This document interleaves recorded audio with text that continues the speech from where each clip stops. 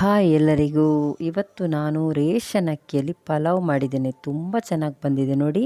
ನಮಗೆ ಸಿಗ್ತಾ ಅಲ್ವಾ ರೇಷನ್ ಅಕ್ಕಿ, ಅದರಲ್ಲಿ ನಾನು ಪಲಾವ್ ಮಾಡೋದು. ಈ ಅಕ್ಕಿಲಿ ಆಗಲ್ಲ ಅಂದ್ಕೊಳ್ತೇವೆ ನಾವು, ಮುದ್ದೆ ಆಗ್ಬೋದು ಅಂತ, ಅಂಟಂಟಾಗ್ಬೋದು ಅಂತ. ಆದರೆ ನಾನಿಲ್ಲಿ ಟ್ರೈ ಮಾಡಿದ್ದೇನೆ, ತುಂಬ ಚೆನ್ನಾಗಿ ಬಂದಿದೆ.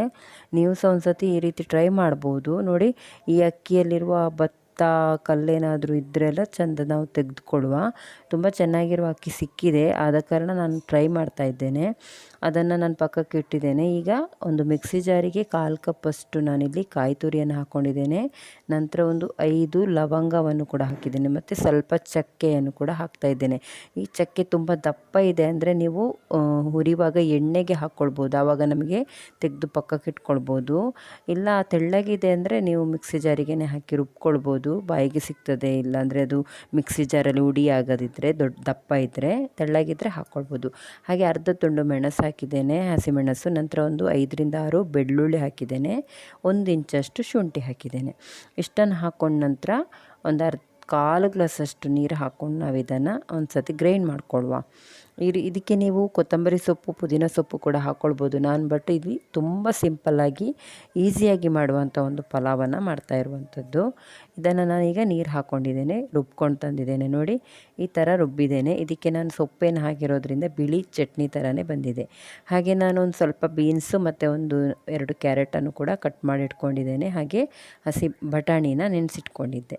ಈಗ ನಾವು ಪಲಾವ್ ಮಾಡೋಕ್ಕೆ ಗ್ಯಾಸ್ ಮೇಲೆ ನಾನಿಲ್ಲಿ ಆನ್ ಮಾಡಿಕೊಂಡು ಕುಕ್ಕರ್ ಇಟ್ಟಿದ್ದೇನೆ. ಈ ಕುಕ್ಕರಿಗೆ ನಾನೀಗ ಒಂದು 5ರಿಂದ 6 ಚಮಚದಷ್ಟು ತುಪ್ಪ ಹಾಕ್ತಾ ಇದ್ದೇನೆ.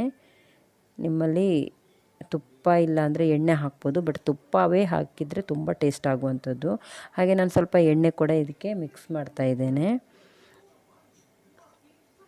ನೀವು ತುಪ್ಪದಲ್ಲೇ ಮಾಡ್ತೀರಂದರೆ ತುಪ್ಪ ಜಾಸ್ತಿ ಹಾಕ್ಕೊಳ್ಳಿ. ನಾನಿಲ್ಲಿ ಒಂದು ಸ್ವಲ್ಪ ತುಪ್ಪ, ಹಾಗೆ ಒಂದು ಸ್ವಲ್ಪ ಕುಕ್ಕಿಂಗ್ ಆಯಿಲ್ ಹಾಕಿದ್ದೇನೆ. ಅಲ್ಲದೆ ನಾನಿಲ್ಲೀಗ 2 ಈರುಳ್ಳಿಯನ್ನು ಕಟ್ ಮಾಡ್ಕೊಂಡು ಕೂಡ ಹಾಕಿದ್ದೇನೆ. ಈ ಈರುಳ್ಳಿ ಚೆಂದ ನಾವು ಈ ತುಪ್ಪದಲ್ಲಿ ಫ್ರೈ ಮಾಡಿಕೊಡುವ, ಬಣ್ಣ ಚೇಂಜ್ ಆಗುವ ತನಕ. ನೀವು ಇದಕ್ಕೆ ಗೋಡಂಬಿ ಮತ್ತು ನೆಲಗಡಲೆ ಅಂದರೆ ಶೇಂಗಾ ಬೀಜ ಎಲ್ಲ ಹಾಕ್ಕೊಳ್ಬೋದು.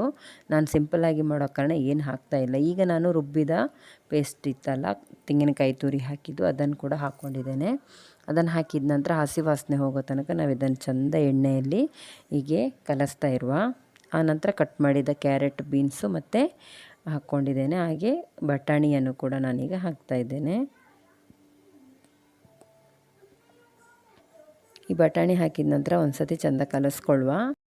ಈಗ ಅಕ್ಕಿಯನ್ನು ನಾನು ತೊಳೆದಿಟ್ಕೊಂಡಿದ್ದೇನೆ, ಅಕ್ಕಿಯನ್ನು ಕೂಡ ಇದಕ್ಕೆ ಹಾಕುವ. ಅಕ್ಕಿಯನ್ನು ಹಾಕಿದ ನಂತರ ಚೆಂದ ನಾವು ಅದನ್ನು ಮಿಕ್ಸ್ ಮಾಡ್ಕೊಳ್ಬೇಕು ನೋಡಿ. ನಾನು ಅಕ್ಕಿ ಚೆಂದ ತೊಳೆದು ತಂದಿದ್ದೇನೆ.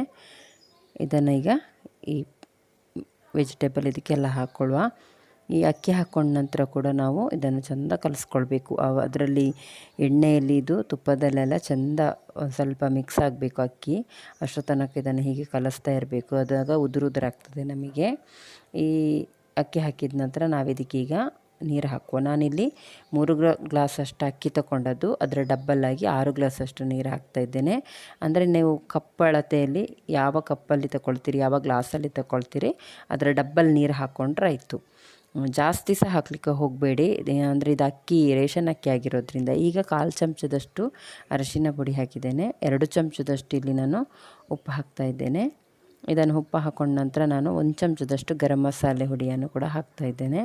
ನೀವು ಇಲ್ಲಿ ಖಾರ ಜಾಸ್ತಿ ಬೇಕಂದರೆ, ಗರಂ ಮಸಾಲೆ ಹುಡಿ ಪರಿಮಳ ಸಹ ಜಾಸ್ತಿ ಬೇಕಂದರೆ ಸ್ವಲ್ಪ ಜಾಸ್ತಿ ಮಾಡ್ಕೊಳ್ಬೋದು. ಇದೆಲ್ಲ ಹಾಕಿದ ನಂತರ ಚೆಂದ ಒಂದು ಸತಿ ನಾವೀಗೆ ಮಿಕ್ಸ್ ಮಾಡುವ. ನೀರು ನೀವು ಜಾಸ್ತಿ ಹಾಕಿದರೆ, ಅಂದರೆ ಇದು ಅಕ್ಕಿ ರೇಷನ್ ಅಕ್ಕಿ ಆಗಿರೋದ್ರಿಂದ ನೀರು ಜಾಸ್ತಿ ಹಾಕಬಾರ್ದು ಅಷ್ಟೇ ಹೇಳಿದ್ದು ನಾನು. ಈಗ ಕೊತ್ತಂಬರಿ ಸೊಪ್ಪು ಸ್ವಲ್ಪ ಹಾಕ್ತಾಯಿದ್ದೇನೆ. ಇದನ್ನು ಕೂಡ ಹಾಕ್ಕೊಂಡ ನಂತರ ಒಂದು ಸತಿ ಚೆಂದ ಹೀಗೆ ಕಲಿಸ್ಕೊಳ್ಳುವ. ಈಗ ನಾವು ಮುಚ್ಚಳ ಮುಚ್ಚಿ 2 ಸೀಟಿ ಬರುವ ತನಕ ಇದನ್ನು ಬೇಯಲಿಕ್ಕೆ ಬಿಡಬೇಕು. ಜಾಸ್ತಿ ಸೀಟಿ ಬರೋದೇನು ಬೇಡ, ಅಕ್ಕಿ ಬೇಗ ಬೆಂದು ಇದಾಗ್ತದೆ, ಇದು ಮಡ್ಡಿ ಥರ ಆಗ್ಬೋದು ಇಲ್ಲಾಂದರೆ. ಈಗ ನೋಡಿ 2 ವಿಶಿಲ್ ಆಗಿದೆ, ಕೂಲ್ ಕೂಡ ಆಗಿದೆ. ಮುಚ್ಚಳ ತೆಗೆದು ತೋರಿಸ್ತೇನೆ ನಿಮಗೆ ಎಷ್ಟು ಚೆಂದ ಬಂದಿದೆ ಅಂತ. ಇದು ಸಿಂಪಲ್ಲಾಗಿ ಮಾಡಿರುವಂಥದ್ದು. ನೀವು ಏನು ಬೇಕಾದರೂ ತರಕಾರಿ ಜಾಸ್ತಿ ಹಾಕ್ಕೊಂಡೆಲ್ಲ ಆ್ಯಡ್ ಮಾಡಿ ಇದೇ ರೀತಿ ಮಾಡ್ಬೋದು ನೋಡಿ. ಉದುರಾಗಿದೆ, ತುಂಬ ಚೆನ್ನಾಗಿ ಬಂದಿದೆ.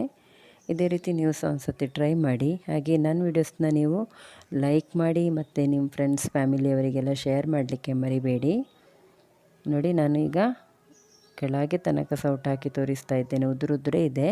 ಮತ್ತು ನೀವು ನಿಮಗೆಲ್ಲ ತಗೊಂಡು ಯೂಸ್ ಮಾಡಿದ ನಂತರ ಇದರಲ್ಲೇ ಇಡ್ಲಿಕ್ಕೆ ಹೋಗಬೇಡಿ, ಬೇರೆ ಶಿಫ್ಟ್ ಮಾಡಿ ಪಾತ್ರದಿಂದ, ಇಲ್ಲಾಂದರೆ ತಳದಲ್ಲಿ ನಿಮಗೆ ಅದು ಅಂಟು ಥರ ಆಗ್ಬೋದು.